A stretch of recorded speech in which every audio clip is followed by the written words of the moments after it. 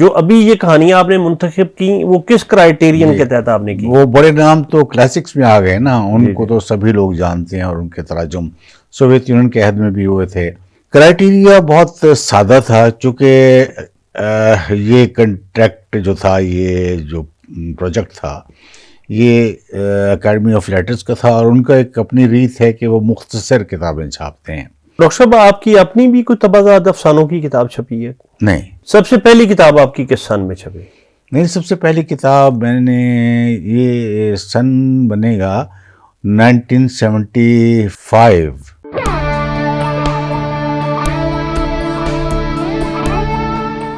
یہ radio Pakistan pod cost ہے۔ السلام علیکم، اکمل شہزاد گمن اور ریکارڈنگ انجینئر فہد آپ کی خدمت میں حاضر ہے۔ آج ہمارے پوڈ کاسٹ اسٹوڈیو میں ڈاکٹر مجاہد مرزا صاحب تشریف رکھتے ہیں۔ آپ ایک ہمہ جیسی شخصیت ہیں، MBBS ڈاکٹر ہیں، پھر آرمی میں کیپٹن رہے، وہاں سے نکلے تو ایران چلے گئے، ایران کے بعد روس کے شہری بن گئے، اور ایک لمبا عرصہ جو روسی سروس ہے، اردو سروس روسی ریڈیو کی، اس سے منسلک رہے، اور ان کی گزشتہ روز ہی کتاب کی لانچنگ ہوئی، جو انہوں نے اس وقت کے آپ سمجھ لیں کہ ہم عصر ہمارے زمانے کے جو لوگ ہیں، رشین زبان میں لکھنے والے کہانی کار، ان کی کتابوں کا ترجمہ کیا اردو میں۔ تو کل اکیڈمی آف لیٹرز میں اس کا جو ہے وہ فنکشن بھی ہوا، تو اس میں روسی سفیر بھی آئے تھے، افتخار عارف صاحب بھی تھے، اور چیئرپرسن اکیڈمی آف لیٹرز بھی تھیں۔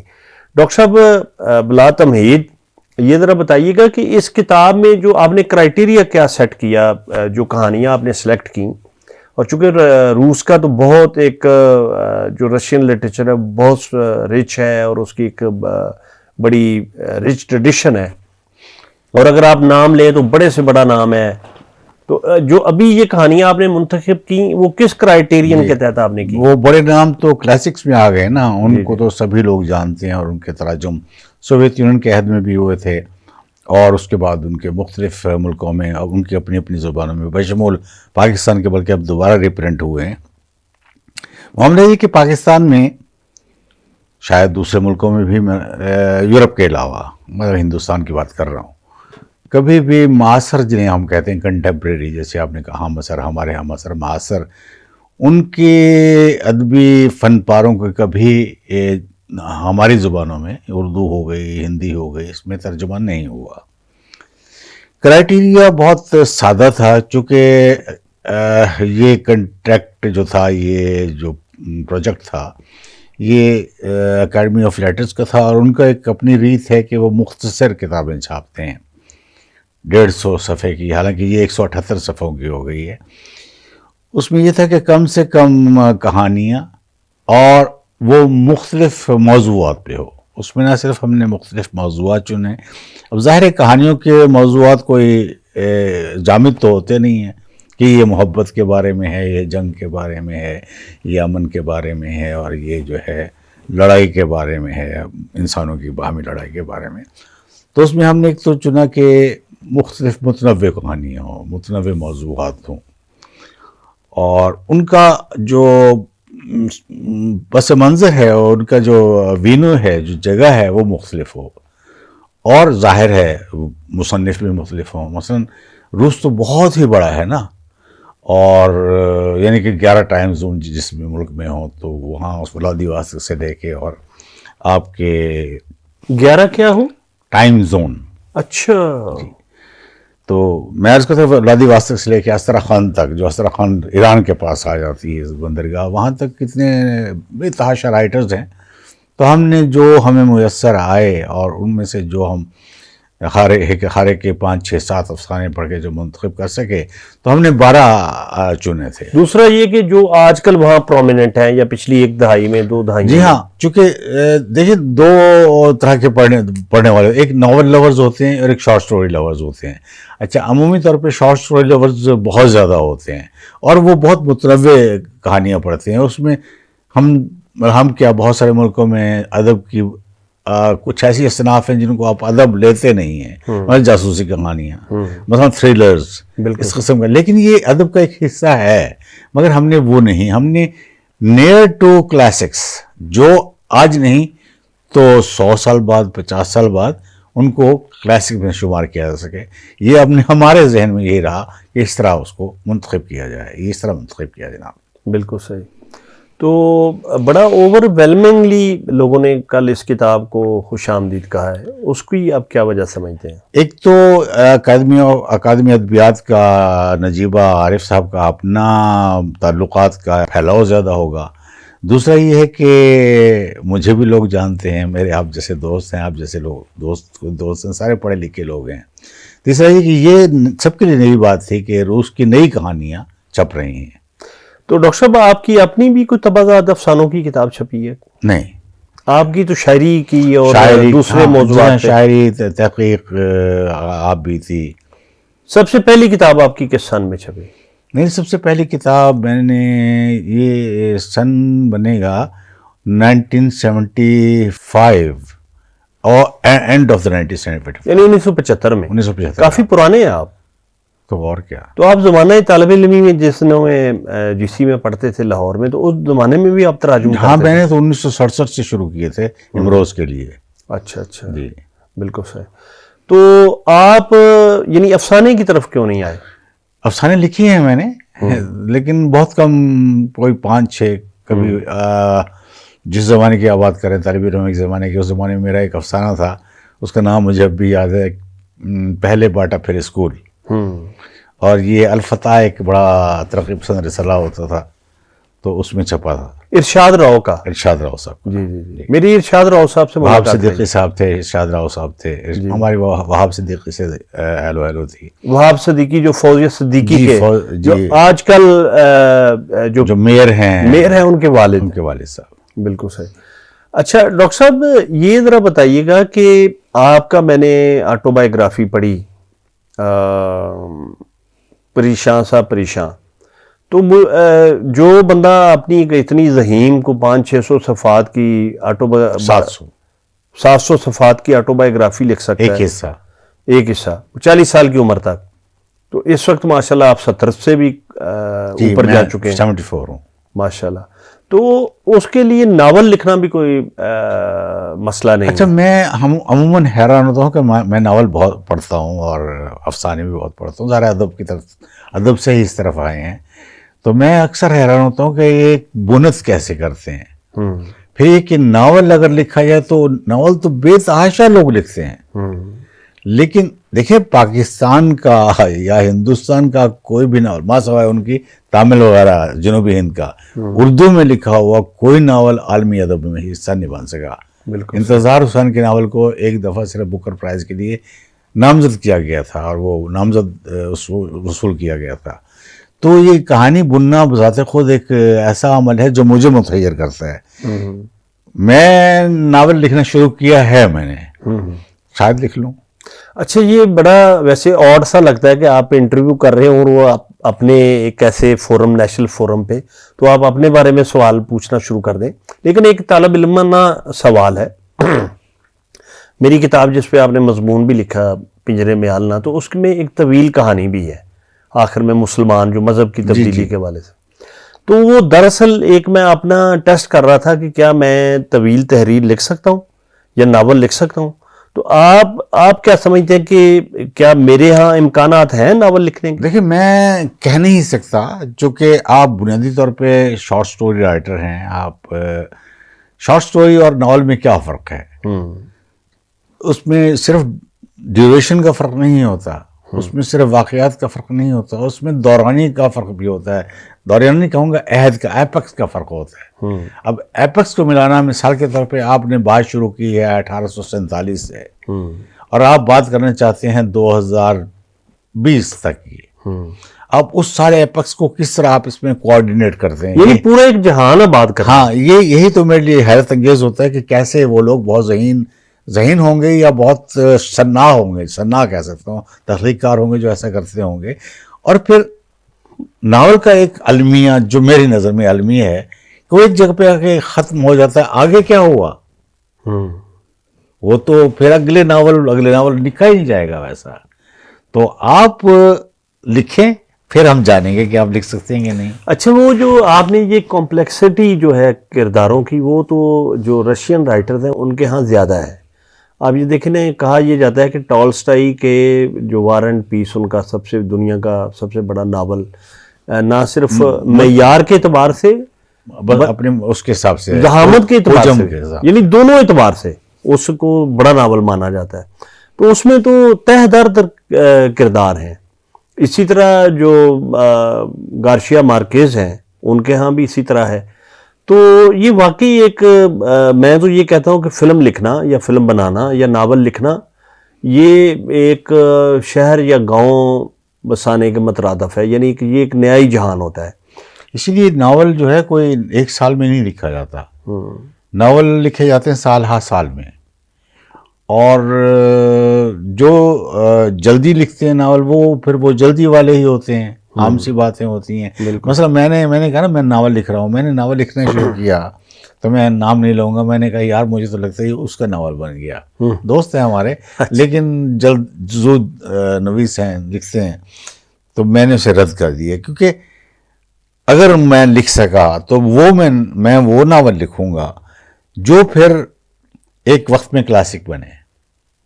اچھا ڈاکٹر صاحب، میرا اس کے بارے میں یہ خیال ہے، میں نے خود کئی سال نہیں لکھا کہانی، جس طرح کہ ہم بات کر رہے تھے کہ بنیادی، اگر آپ آئیڈیلزم کے پیچھے بھاگے نا تو میرا یہ خیال ہے کہ پھر آپ کام نہیں کر پاتے. تو پھر میں آئیڈیلزم اپنی جگہ رات اس پہ بات ہو رہی تھی، آپ کے بھی دوست ہیں مشتاق گاڑی صاحب. جی. تو میں نے کہا ان کے والد صاحب بہت بڑے انٹلیکچوئل، فدا گاڑی صاحب. جی، فدا گاڑی صاحب انٹلیکچوئل تھے. تو انہوں نے یہی بات کہی تھی کہ مرزا جو ہے، مجاہد جو ہے، مرزا تو نہیں کہتے، مجاہد جو ہے آئیڈیلسٹ ہے. میں بڑا سیکھپا ہوا تھا کہ انہوں نے اردو میں کہا تھا نا اینیت پرست. مجھے تو اینیت پرست کا معلوم نہیں تھا کیا ہے یہ، حالانکہ مجھے اردو بہت آتی لیکن مجھے معلوم نہیں تھا. جب میں نے دیکھا آئیڈیلسٹ ہے، میں بڑا سیکھپا ہوا. پھر میں نے اپنا خود تجزیہ کیا. میں نے کہا ہاں یار میں ایسا ہی ہوں. میں چاہتا ہوں جو چیز بھی میرے ساتھ وابستہ ہو یا میرے ذہن سے نکلے یا میری انگلیوں سے لکھی جائے، وہ ایسی ہونی چاہیے کہ میں اس کو بار بار ٹھیک نہ کروں، رد نہ کروں. ڈاکٹر صاحب ویسے میں آپ کو ایک بات بتاؤں، جتنے بھی تخلیقار ہوتے ہیں یا لکھنے والے ہوتے ہیں، وہ اپنی طرف سے یہی سمجھتے ہیں کہ میں کوئی شاہکار لکھ رہا ہوں، وہ بے شک وہ عامیانہ ہی کیوں نہ ہو. تو میرا یعنی ہر بندے کی اپروچ ہے نا لائف میں کچھ لکھنے کی، کچھ کرنے کی. جیسا کہ میں نے اپنی بھی مثال دی کہ کئی سال نہیں لکھا. جی. تو میرا یہ خیال ہے کہ آپ لکھتے رہیں تو شاید اس میں سے بھی اچھا نکل آتا ہے بعض اوقات. ایسا ہو سکتا ہے. دیکھیں آرٹسٹ یا پینٹر، اس کی مثال ہم لیں گے تو وہ اگر 400 کینوس تیار کرتا ہے تو اس میں تو 10 کینوس ہی بہتر ہوتے ہیں، لیکن اس کے پاس یہ ایک چانس ہوتا ہے کہ وہ کینوس رد کر دے یا ان کو بیچ لے یا جو کچھ کر لے. لیکن جس نے ناول لکھنا ہے، شارٹ سٹوری کی میں بات نہیں کرنا، تو ناول تو پھر آپ کو کم از کم شمس الرحمن فاروقی کے معیار کا تو ہونا چاہیے. واہ. اچھا ڈاکٹر صاحب یہ ذرا بتائیے گا کہ آپ روس کے بارے میں خاص طور پہ میں بات کرنا چاہوں گا کہ یعنی سوویت یونین ایک کانسیپٹ یہ ہے، ہم میں نے جو آپ کو ذاتی انٹرویو کیا تو اس میں آپ نے بڑی تفصیل سے بتایا کہ روس نہیں ٹوٹا. ہاں جی، سوویت یونین ٹوٹی. وہ ایک سوویت یونین بھی نہیں ٹوٹا. اچھا، تحلیل ہوا. بالکل تحلیل اور بریک اپ اور ڈیزالونگ میں فرق ہوتا ہے. یعنی وہ ایک پیسفلی نہیں سر، وہ آئین کے مطابق ہوا ہے. آئین میں لکھا ہوا تھا کہ یہ جو ہے رضاکارانہ الحاق ہے، فیڈریشن ہے. سوویت یونین فیڈریشن ہوئی نا، یونائٹڈ اسٹیٹ آف امریکہ. بالکل صحیح. کہ ان کے اپنے ہر جگہ پہ قانون مختلف ہیں، صدر مختلف ہوتا ہے. اسی طرح روس کے جو سوویت یونین کے اسٹیٹس تھیں وہاں کے اپنے صدور ہوتے تھے. ابھی بھی بہت سارے ریپبلکس ہیں روشین فیڈریشن میں جن کے اپنے صدر ہیں اور ان کا اپنے لاز ہیں کچھ. تو نہیں ٹوٹا، روس تو نہیں ٹوٹا. روس کا ویسے رقبہ کتنا ہے؟ تو ویکیپیڈیا پہ دیکھیں، مجھے تو معلوم نہیں، بہت زیادہ ہے. نہیں مطلب جس طرح ہم براعظم آسٹریلیا کی بات کرتے ہیں. نہیں، دنیا کا سب سے بڑا ملک ہے رقبے کے لحاظ سے، بس یہ کہا جا سکتا ہے. بالکل صحیح. یعنی آپ یہ دیکھیں نا کہ کینیڈا میں 4-4 5-5 8-8 گھنٹے کی فلائٹس ہیں. یہاں جو سب سے بڑی فلائٹ ہے وہ 14 گھنٹے کی ہے. بالکل صحیح. اسی طرح آسٹریلیا میں ہے. جی. تو ایک یہ کانسیپٹ پایا جاتا ہے کہ شاید وہاں ہر وقت ٹھنڈ ہی رہتی ہے, تو موسموں کا تغیر بھی ہے. نہیں, جس جگہ کے بارے میں بہت زیادہ سردی کا تذکرہ ہے اور ہے وہ سائبیریا ہے نا. سائبیریا میں شدید گرمی بھی پڑتی ہے 2-4 ماہ, شدید گرمی. بالکل. لیکن وہ گرمی باہر ہوگی, جو زمین کے اندر ہے وہ پرما فراسٹ ہے, وہ زمین جمی ہوئی ہے. اچھا. وہ کئی 100 فٹ تک وہ برف, مٹی اور آئس اینڈ ارتھ, یعنی وہ برف جو ہے وہ اس مٹی کا حصہ بن گئی. وہ پرما فراسٹ اسے کہتے ہیں کہ ہمیشہ جمی ہوئی. بالکل صحیح. لیکن جو باقی روس ہے اس میں ایسے علاقے بھی ہیں جو ٹیمپریٹ ہیں, جیسے میں نے استرخان کا نام لیا. استرخان کے تربوز بہت مشہور ہیں, تو تربوز ظاہر ہے گرم علاقے میں ہوگا. پھر ایون جو آپ کا ماسکو ہے, مجھے ابھی جانا تھا, وہ جنگ کی وجہ سے نہ جا سکا, تو جولائی اگست میں جانا میں گھبرا رہا ہوں کہ یہاں بھی گرمی ہے, اے سی میں بیٹھے ہوئے ہیں. تو وہاں گرمی ہے, وہاں اے سی نہیں ہوتے, پنکھے ہوتے ہیں. بعض اوقات گرمی اتنی ہو جاتی ہے کہ پھر وہ پنکھا بھی کام نہیں کرتا, لیکن بہت کم وقفے کے لیے. پھر یہ کہ وہ باؤٹس ہوتے ہیں, 6 دن بہت گرمی ہو گئی اور 6 دن جو ہے وہ نارمل ہو گیا, 6 دن ٹھنڈ ہو گئی. اس طرح کا احساس ہے. آپ ٹوٹل کتنا عرصہ رشیا میں رہے؟ میں جناب گیا تھا 1 جولائی 1991 کو, اور میں لوٹا ہوں 7 فروری 2022 کو. 2022 کو. 31 سال ہو گئے. جو کالم نگاری آپ نے شروع کی, یہ جنگ سے شروع کی یا اس سے پہلے بھی کہیں لکھتے تھے؟ جی, میں نے کالم نگاری جنگ سے شروع کی تھی, اور یہ میں نے شروع کی تھی 1984 سے. اچھا. 1984 سے 1991 تک, جب تک اس وقت آپ رہتے رشیا میں تھے؟ نہیں, میں عرض یہی کر رہا ہوں کہ 1984 سے 1991 تک جب میں روس نہیں چلا گیا, اور روس سے واپس لوٹ کے بھی 92 تک میں نے جنگ میں لکھا. بالکل صحیح. اس کے بعد ترسیل کا مسئلہ تھا, انٹرنیٹ تو ہوتا ہی نہیں تھا, مضامین بھیجے نہیں جا سکتے تھے, تو پھر وہ ایک طویل وقفہ ہے 10 سال کا. اس زمانے میں کون ایڈیٹر ہوتا تھا جنگ کا؟ نیا لاہور سے نکلا تھا, اخبار شروع ہوا تھا. مجھے تو ایڈیٹوریل کے لوگ یاد ہیں. ایک مرزا شفیق صاحب ہوتے تھے, اور ایک محمد طفیل صاحب ہوتے تھے. بالکل صحیح. وہ مرزا صاحب سے تو میری لیک رہی ہے. مرزا صاحب کی ڈیتھ ہو گئی سڑک پہ ان کا. جی, وہ اتفاقاً کوئی 10 سال پہلے ہی ڈیتھ ہوئی. طفیل صاحب شکل سے پہلوان لگتے تھے, چھوٹی ٹوپی پہنی تھے, مزدار آدمی ہو گئے. بالکل صحیح. مرزا صاحب سے اس طرح میرا تعلق بنا کہ انہوں نے مجھے فیس بک پہ میسج کیا کہ آپ وہی ہیں جنہوں نے میڈیا منڈی کتاب لکھی. اچھا. تو ظاہر ہے میرے لیے یہ بڑی اعزاز کی بات ہے, میں چونکہ ان کو جانتا تھا. تو وہ پھر چند کوئی مہینوں کے بعد پتہ چلا کہ وہ بیچارے بڑے اچھے آدمی تھے, اور بڑے پڑھے لکھے آدمی تھے. پڑھے لکھے ہونے کے علاوہ وہ اپنے پڑھے لکھے کا اظہار نہیں کرتے تھے. بالکل صحیح. اصل میں سچی بات تو یہ ہے کہ ڈاکٹر صاحب جو اکثر پڑھے لکھے لوگ ہیں وہ اپنی علمیت کا اظہار نہیں کرتے. کرنا بھی نہیں چاہیے. یہ کسی عالم کا یہی ایک نشانی ہے. کرنا بھی نہیں چاہیے. یہ تو یعنی میں اپنی بات کروں کہ ہم جیسے لوگ ہیں کہ جو کام کم کرتے ہیں وہ بولتے زیادہ ہیں. خاموشی نعمت ہے جناب. جی. اچھا ڈاکٹر صاحب, ایک آپ نے کہا کہ ناول وہ جو ڈسکارڈ کیا وہ کتنے صفحات کا ناول تھا؟ نہیں, ابھی تو لکھنا شروع ہی کیا تھا. اچھا. تو ابھی جس پہ کام کر رہے ہیں وہ اس کے کتنے صفحات؟ وہی ہے. اچھا. وہی ہے, اس کو ریویمپ کیا تھا کہ اس کو اور طرح لکھا جائے. بالکل صحیح. تو ابھی آپ یہ ذرا بتائیں کہ جو ہمارے ہاں اس وقت علمی ادبی فضا ہے اس کا کمپیریزن اگر آپ 3 دہائیاں پہلے 4 دہائیوں کا, تو اس وقت تو بہت اور طرح کا مزاج تھا لوگوں کا لکھنے کا, اور بہت لوگوں کا علمی ادبی رجحان تھا. آج کے دور سے اس کو کس طرح آپ کمپیریزن کریں؟ کبھی آپ نے سوچا کہ لوگ لکھتے کیوں ہیں؟ جی. لوگ صرف اظہار کے لیے نہیں لکھتے. وہ جو اظہار کے لیے لکھتے ہیں وہ تو کیریئرسٹ ہوتے ہیں, وہ جنہیں ہم چاپلوس بھی کہہ سکتے ہیں. وہ ایک طرح کی زبان میں, یا چاپلوس نہ بھی کہیں تو آپ سمجھ لیں کہ جس طرح فیس بک ہے وہ ہوتے ہی چاپلوس ہیں. جی نہیں, مطلب ایک فیس بک ہے تو کوئی بندہ ویسے ہی لکھ رہا ہے. بڑے لکھنے والے جو اب تو اخبارات ختم ہو گئے, جو مشہور ہونا چاہتے ہیں ان کی بات کر رہا ہوں. چاپلوسی اس ضمن میں کہ وہ اپنے آپ کو آگے بڑھانا چاہتے ہیں کسی نہ کسی حوالے سے. آدمی لکھتا ہے دکھی ہو کر, آدمی حساس آدمی لکھتا ہے. وہ لکھتا ہے کہ وہ چاہتا ہے کہ سماج بدلے, یا اسی سماج کے کچھ چیزوں پہ اسے رنجش ہوتی ہے, یا کسی کچھ پہ خوشی ہوتی ہے. کچھ بھی جو لکھنا ہے وہ وقت کے ساتھ ظاہر ہے بندھا ہوا ہے، جس طرح ہمارا لباس بندھا ہوا ہے، جس طرح ہر چیز بندھی ہوئی ہے. تو آپ نے پوچھا کہ 30-40 سال پہلے اور آج تو بہت ہی فرق ہے بھائی. اب اس وقت ایک تو لیجر تھا، آپ کے پاس ٹائم تھا، اور دوسرا یہ تھا کہ وہ یہ جو سوشل میڈیا نے کہا انٹرنیٹ، یہ نہیں تھا. انٹرنیٹ سے جو ہے انفارمیشن کا سیلاب آیا، لوگ اس کی طرف راغب ہو، اس سے فوری وہ انفارمیشن لیتے ہیں، ان کے اظہار ان کو مل جاتا ہے، لیکن لکھنے کی طرف اس طرح راغب نہیں.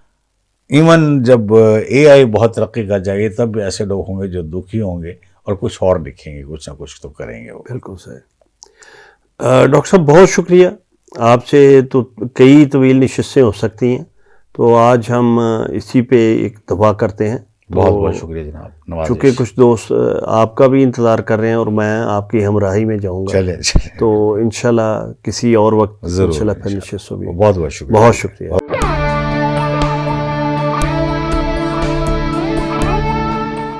یہ ریڈیو پاکستان پوڈ کاسٹ ہے.